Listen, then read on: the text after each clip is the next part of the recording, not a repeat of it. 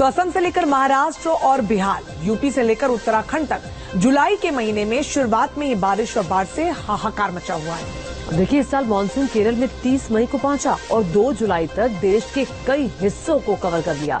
ऐसे में सवाल है कि क्या मानसून का रौद्र रूप अभी देखना बाकी है?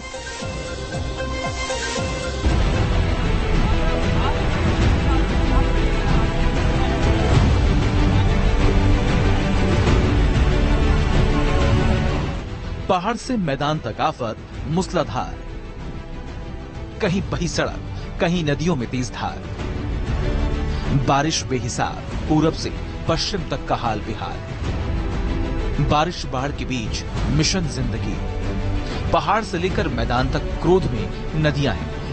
तेज बारिश के बाद नदियों का जलस्तर बढ़ चुका है, नदियां अपनी हदों को लांघ रही हैं। राप्ती नदी खतरे के निशान को पार कर गई, जिससे यूपी के 150 गांवों की करीब 2 लाख आबादी प्रभावित है। सैलाब का आक्रोश शहर से लेकर गांव तक को डुबोने पर आमादा है। लोगों से सुरक्षित स्थानों पर चले जाने की अपील की जा रही है। पूरब से पश्चिम तक बारिश बाढ़ से कोहराम मचा हुआ है। आधे हिंदुस्तान में आफत वाले बादलों ने कहर बरपा रखा है। मौसम मानसून का है, लेकिन मानसूनी बारिश ने मानो त्राहिमाम मचा दिया है। बारिश हर नए दिन अपना पुराना रिकॉर्ड तोड़ रही है। तस्वीरें यूपी के पीलीभीत की हैं, जहां शारदा नदी का पानी 200 गांवों में घुस गया है।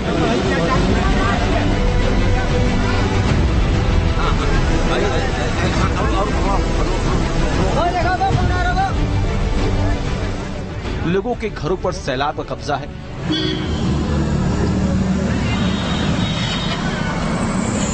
कुदरत के क्रोध ने इंसानों को न घर का छोड़ा है और न घाट का।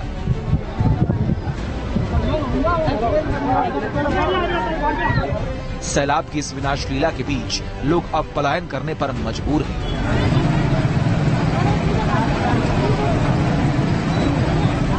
पीलीभीत में बारिश का कहर ऐसा है कि पानी में देखिए कैसे रेलवे ट्रैक पूरी तरह से बह गए। नदी नाले इस कदर उफन रहे हैं कि रेलवे की पुलिया पानी के तेज बहाव में बह गई और रेलवे ट्रैक हवा में झूल रहा है। इसके चलते इस रूट की सभी ट्रेनों का संचालन रेलवे प्रशासन ने फिलहाल रोक दिया है।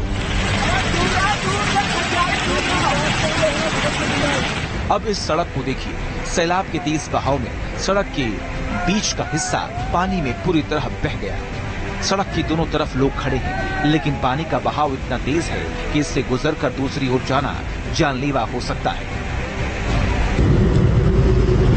पीलीभीत में लगातार 24 घंटे से बारिश हो रही है, जिससे कई गांव टापू में तब्दील हो गए।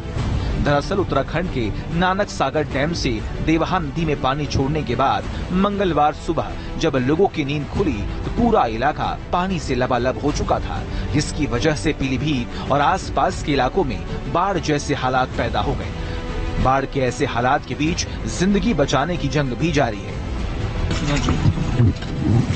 हालात देखते हुए एनडीआरएफ टीम ने मंगलवार सुबह से मोर्चा संभाल लिया। लोगों को सुरक्षित स्थानों पर पहुंचाने का काम शुरू हुआ। पूरनपुर के ट्रांस शारदा क्षेत्र में बाढ़ का सबसे ज्यादा प्रकोप है। यहाँ की खिरकिया बरगादिया क्षेत्र में कई लोग बाढ़ के पानी में फंस गए थे। यहाँ एनडीआरएफ की टीम भी लोगों का रेस्क्यू नहीं कर सकी थी। प्रशासन ने तब वायुसेना की मदद मांगी। मंगलवार सुबह वायुसेना ने क्षेत्र में पहुंचकर रेस्क्यू शुरू किया और बाढ़ में फंसे लोगों को एयरलिफ्ट कर बचाया गया। पीलीभीत में सड़कें समंदर बन गई हैं। अंडरपास पूरी तरह पानी से भर गया है। उत्तर प्रदेश में 3 जिलों के करीब 500 गांवों में बाढ़ जैसे हालात हैं। जुलाई का अभी दूसरा हफ्ता चल रहा है और प्रदेश में मानसून की बारिश नॉर्मल से 37% ज्यादा हो चुकी है। अगले 7 दिनों तक मौसम ऐसे ही रहने का अनुमान है। 9 जिलों में बुधवार को भारी बारिश का अलर्ट है।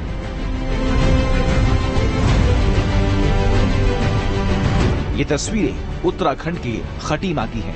भारी बारिश के बाद देखिए कैसे पूरा का पूरा इलाका पानी के कब्जे में है। नजरें जहां तक जाती हैं, वहां तक सिर्फ पानी ही पानी नजर आता है।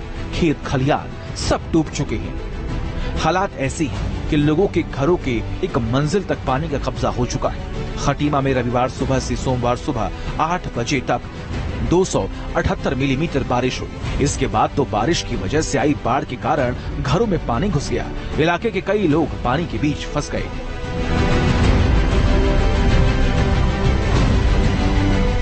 खटीमा और आसपास के इलाकों में एनडीआरएफ और एसडीआरएफ की टीम ने बिना वक्त गंवाए रेस्क्यू ऑपरेशन शुरू किया। खटीमा, टनकपुर, सतारगंज इलाके में